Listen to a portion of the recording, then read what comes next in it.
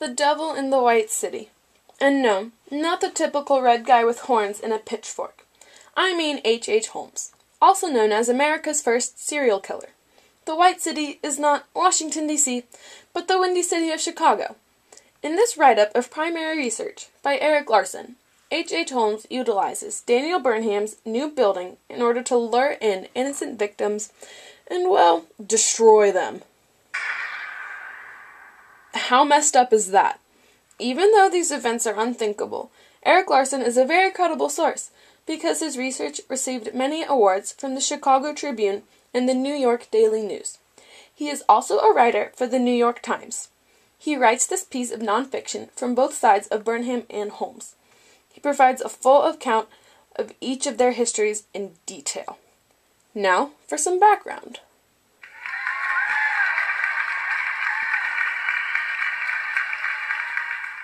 Daniel Burnham is the architect for the building of the Chicago World's Fair. The World's Fair is a worldwide exposition illustrating the prose of the chosen country, in this case, the United States of America. The President of the United States of America chose Burnham to build this building to host the World's Fair. So much pressure gets placed upon his shoulders to make this building absolutely perfect because Paris hosted the World's Fair the previous year, and it was, quote-unquote, magical. H.H. Holmes is a well-known doctor in the Chicago area with bright blue eyes. In the book, it is said that great murderers, like great men in other walks of activity, have blue eyes. Apparently, he is also very attractive, because the glance of young women fell around him like wind-blown petals.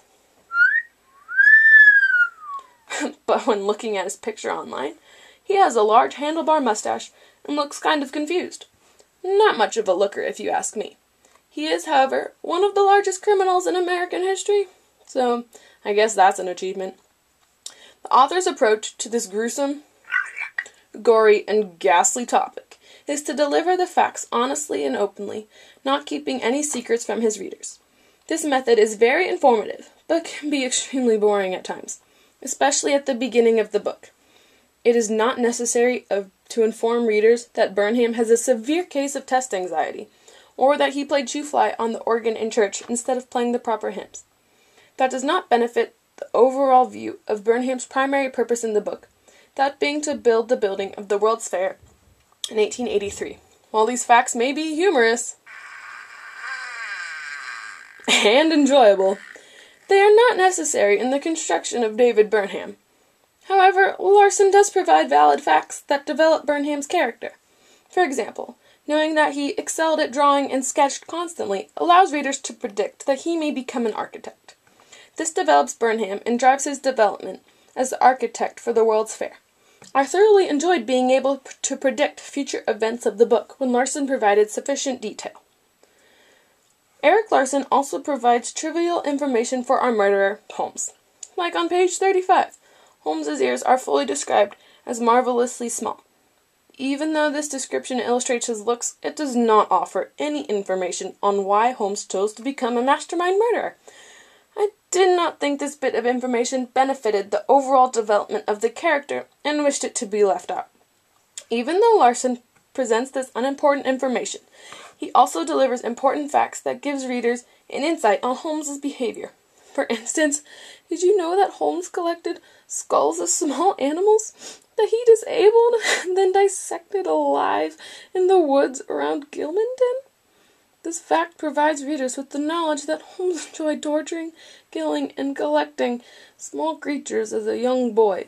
The evilness at such a young age only informs readers that he may evolve into a full-time serial killer. This was also useful in developing Holmes, and I loved the elusiveness Larson utilized while doing so. Although this book provides some useless information about our two main characters, the author also applies the use of similes and contrast to enhance the text. Both of these devices were expertly woven into the text, providing for a very interesting read, which I enjoyed very much. At the beginning of the book, Chicago has just been awarded with the rights to host the World's Fair. The crowd of people cut loose with a cheer that tore through the canyon of brick, stone, and glass like a flash flood.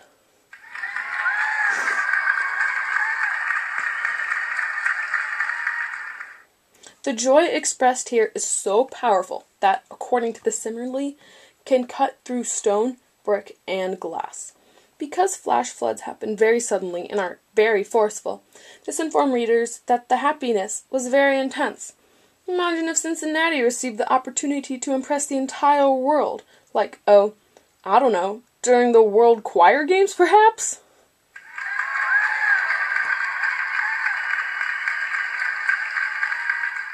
Yeah. Whoa. An example of contrast occurs when Holmes is talking to his latest victim. He states, "Don't be afraid of me." And when he said this to the young woman, it terrified her. The woman was horrified of Holmes when he clearly stated for her to not be afraid. Honestly, I would probably pee myself if a serial killer told me not to be afraid. Just saying. Lastly, Erik Larson does an excellent job with transitioning his tones between characters. His tone when talking about Burnham is very scholarly and proper, and when he is talking about Holmes, his tone is creepy and suspenseful. I felt awed when reading about Burnham and scared when reading about Holmes. Not only does this enhance the tone, it also develops the characters' personalities as well. Burnham being the typical architect, very proper and educated. Holmes being the typical serial killer, creepy and ignorant. I enjoyed this because I did not receive all the facts at once. I was able to place the pieces together in a coherent manner in order to get the entire picture. This book has many features that are well written. The overall detail was so well detailed that it was hard to doubt the credibility of Erik Larson. Even though the amounts of details could be overbearing at points, it did benefit the reliability of the author by presenting all the facts. It illustrated how much time and effort he put into this book, and his research as well. Sometimes, however, the facts were too much. I mean, seriously, is it really that necessary to inform us how large Holmes's ears were, or that Burnham played shoe-fly in church? No, not really. Overall, though, this book was a very fascinating read. I would highly recommend it to anyone who adores mysteries and suspenseful action, but I would not recommend it to anyone who is slightly squeamish or does not like reading about murderous freaks. I mean, seriously. Who kills people for pleasure? That's just sick. Thanks for listening.